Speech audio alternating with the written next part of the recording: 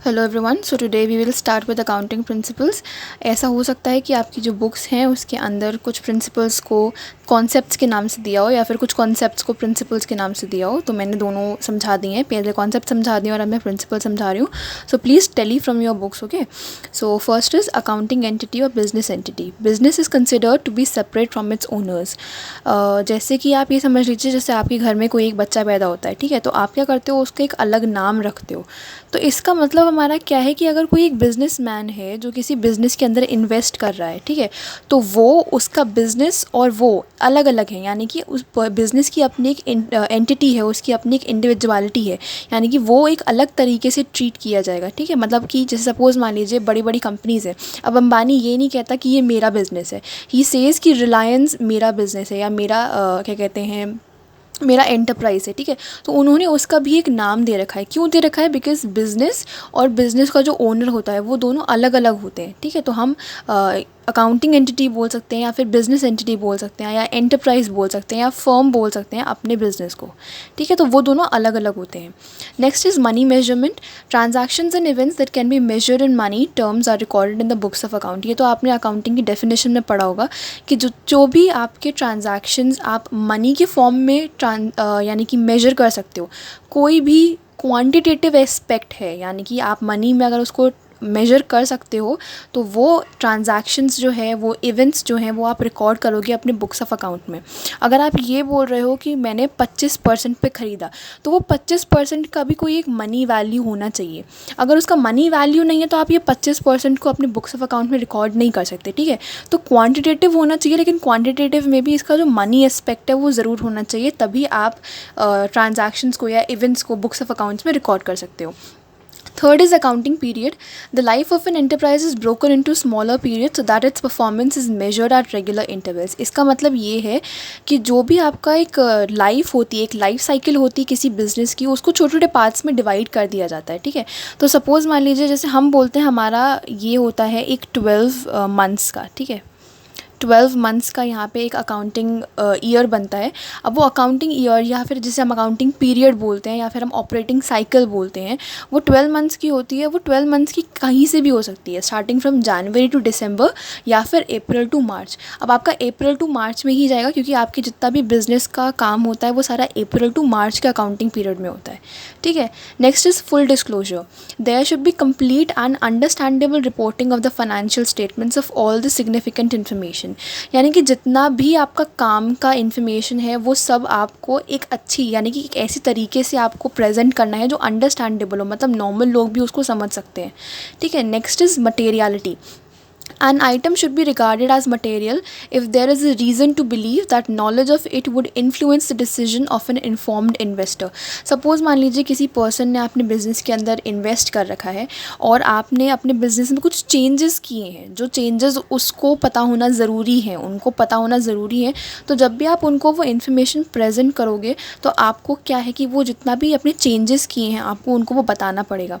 अब मटेरियलिटी में और फुल डिस्क्लोजर में डिफरेंस क्या होता है? डिफरेंस ये है कि फुल डिस्क्लोजर का मतलब क्या है कि आपको हर चीज़ बना के रखनी है अपने पास, और जिस यूज़र को जिस चीज़ का काम बने आपको उस मटेरियलिटी के हिसाब से, मतलब कि उस इम्पोर्टेंस के हिसाब से उनको वो चीज़ें प्रेजेंट करते जाना है। तो फुल डिस्क्लोजर मतलब आपको सब कुछ अपने स्टेटमेंट्स अंडरस्टैंडेबल तरीके से बना के रखने हैं, और मटेरियलिटी मतलब कि जहाँ जिसकी इंपॉर्टेंस हो, आपको जहाँ जो डिसीजन इन्फ्लुएंस कर सकता है, आपको वहाँ पे वो स्टेटमेंट जो है वो प्रेजेंट करना है।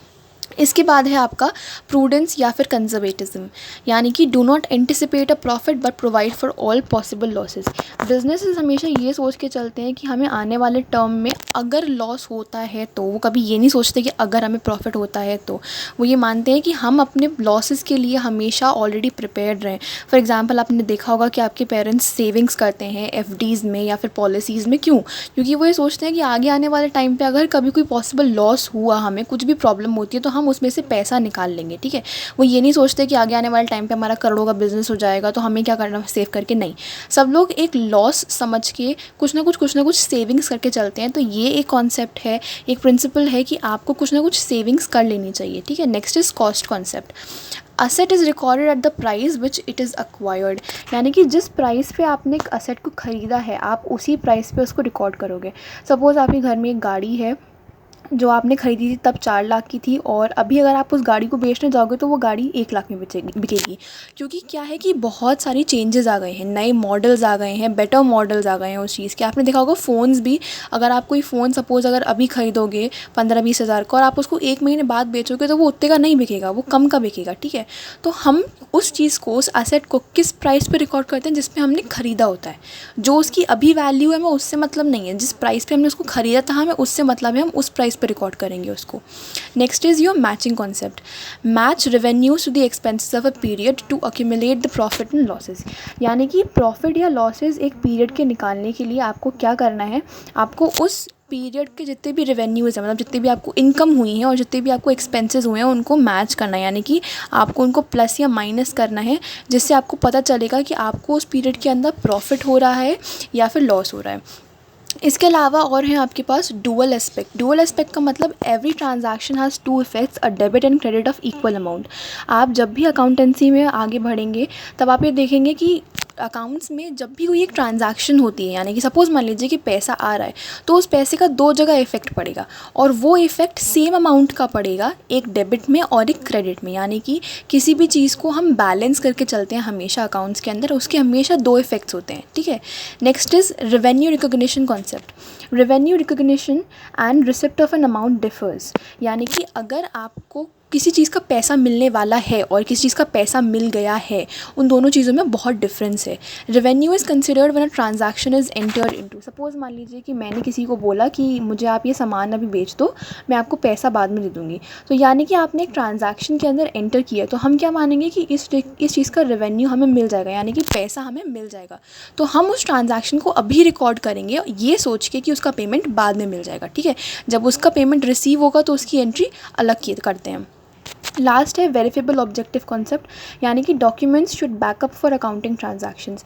जितने भी आपके अकाउंटिंग ट्रांजैक्शंस हैं उनके वाउचर्स होने चाहिए आपके पास। वाउचर्स में मैंने आपको समझाया जैसे कि कैश मेमो वगैरह है, इन सारे डॉक्यूमेंट्स का आपके पास एविडेंस होना चाहिए। ये एविडेंस होते हैं, ये सपोर्ट करते हैं कि जितना भी आपने ट्रांजैक्शंस किए हैं वो एक्चुअली हुई थी और आपने कुछ भी चीज़ को अपने आप फॉर्म नहीं किया है, कोई भी चीज़ यहाँ पे नकली नहीं है। So that's it for the accounting principles. If you like it, please like, share, comment and subscribe to my video, and you will get all the accounting principles in the description box. Thank you so much.